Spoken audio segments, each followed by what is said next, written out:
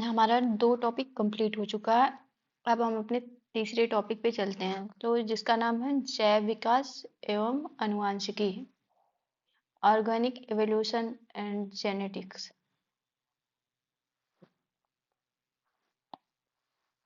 अब हम पहला इसमें 39 क्वेश्चन देखते हैं।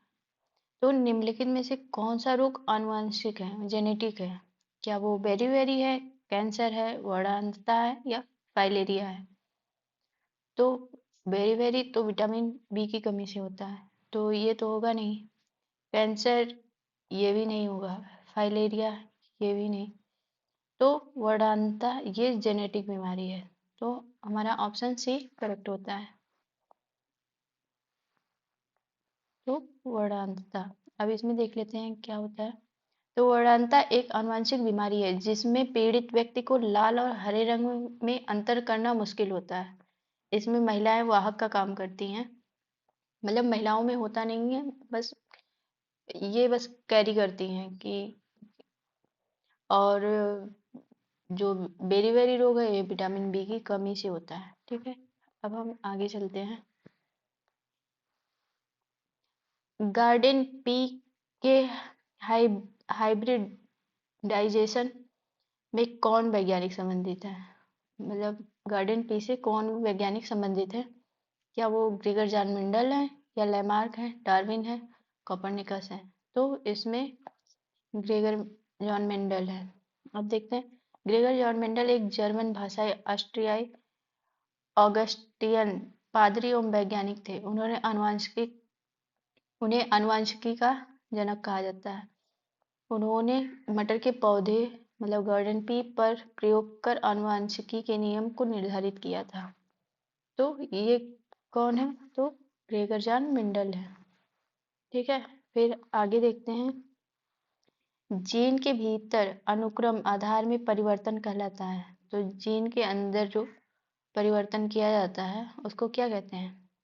तो उत्परिवर्तन, प्रतिरूपण, संयोजन, प्रजनन।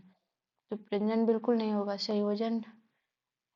तो इसका राइट आंसर ऑप्शन ए है, परिवर्तन, उत्परिवर्तन। तो जीन डीएनए के न्यूक्लियोटाइड्स का ऐसा अनुक्रम है जिसमें सन्निहित कूटबद्ध सूचनाओं से अंततः प्रोटीन के संश्लेषण का कार्य संपन्न होता है।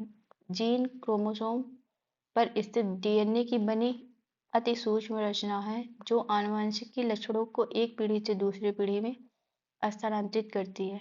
जब किसी जीन के डीएनए में कोई अस्थायी परिवर्तन होता है तो उसे उत्परिवर्तन कहते हैं। ठीक है, फिर इतना सब याद करने से अच्छा है बस एक लाइन ये याद रखियो कि जीन के भीतर अगर कोई भी कुछ भी परिवर्तन किया जाएगा तो उसको उत्परिवर्तन बोला जाएगा। मानव शरीर में क्रोमोसोम की संख्या कितनी है?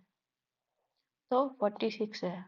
अगर पेयर में पूछा जाए तो 23 है, बट इसमें क्रोमोसोम की संख्या पूछा तो 46। अगर यहीं पे जोड़ी पूछ लेता तो ऑप्शन ए सही होता। अब इसको देख लेते हैं। तो इसका राइट आंसर ऑप्शन बी है।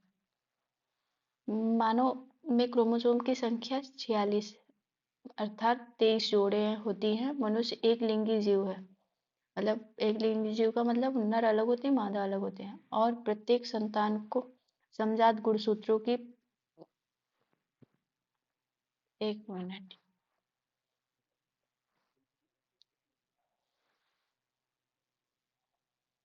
समजात गुणसूत्रों की प्रत्येक जोड़ी का एक गुणसूत्र अंडाणु के द्वारा माता से तथा दूसरा शुक्राणु के द्वारा पिता से प्राप्त होता है। शुक्र जनन में अर्धसूत्रीय विभाजन द्वारा